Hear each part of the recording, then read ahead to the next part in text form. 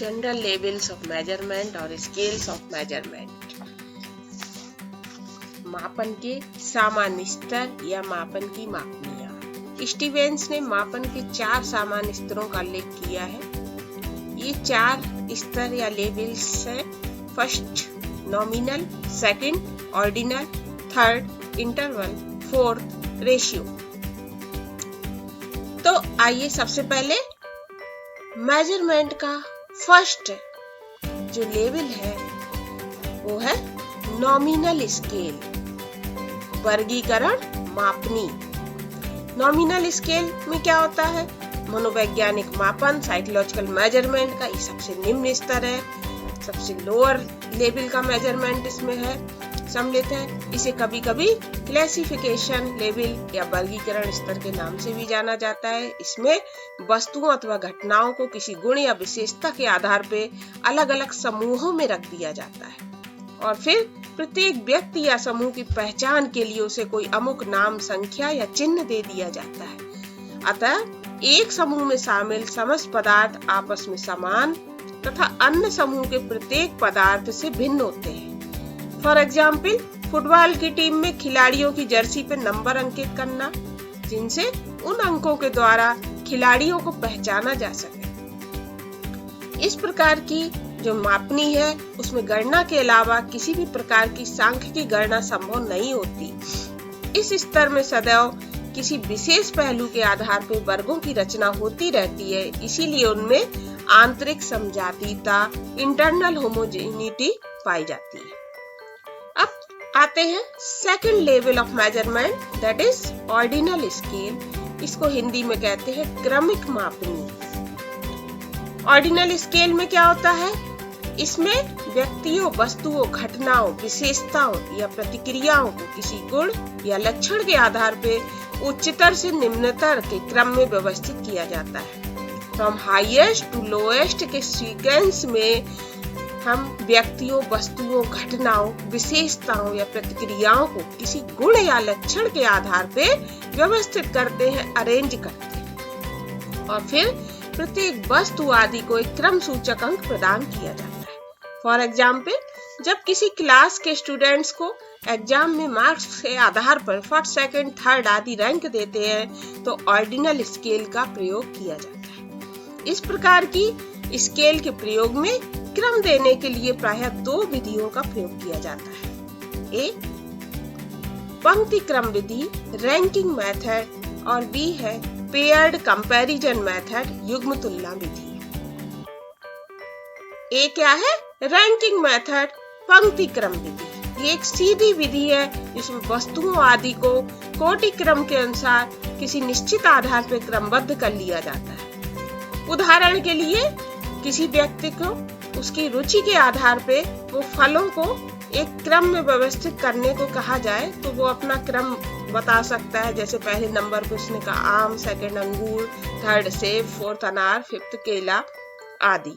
तो ये इस तरह से हम चॉइस उसकी ले सकते हैं। सेकंड या बी, पेयर्ड कंपैरिजन मेथड, युग्म तुलना विधि। इसमें समूह के समस्त सदस्यों की श्रृंखला के समस्त पदार्थों की युग में या जोड़ों में या पेयर में कंपैरिजन इसमें किया जाता है। किसी समूह में कितने जोड़े बनेंगे, इसके लिए n into n-1/2 फॉर्मूला का प्रयोग किया जाता है।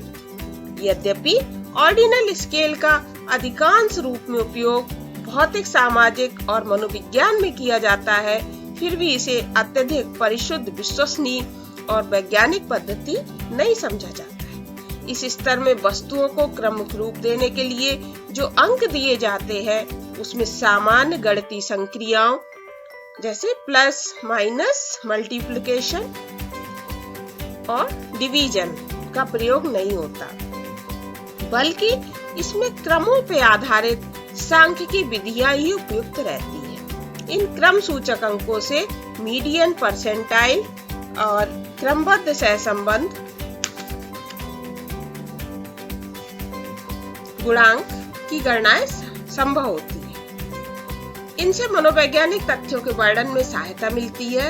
यह मापनी 2 व्यक्तियों के मध्य अंतर तो बताती है, किंतु इसके द्वारा ये ज्ञात नहीं हो पाता है कि दो व्यक्तियों के मध्य वास्तविक अंतर कितना है। Third level of measurement, interval scale और लेवल, अंतराल मापनी। इंटरवल स्केल में क्या होता है? इस प्रकार की मापनी में दो वस्तुओं में वही दूरी रहती है जो कि बौद्धिक स्तर पर होती है। इन दूरियों को अंकों के माध्यम से दर्शाया जाता है। उदाहरण के लिए, यदि दो वस्तुओं को 5 और 10 अंक दिए गए हैं, तो 5 वाली वस्तु की 10 वाली वस्तु से दूरी उतनी ही होगी जितनी कि 15 वाली की 20 वाली से। इस प्रकार के कथनों को प्रयोगात्मक रूप से जांचा जा सकता है। इस प्रकार की मापनी के उदाहरण स्वरूप थर्मामीटर, कैलेंडर, घड़ी आदि को लिया जा सकता है। इसकी सबसे प्रमुख कमी क्या है इंटरवल स्केल की?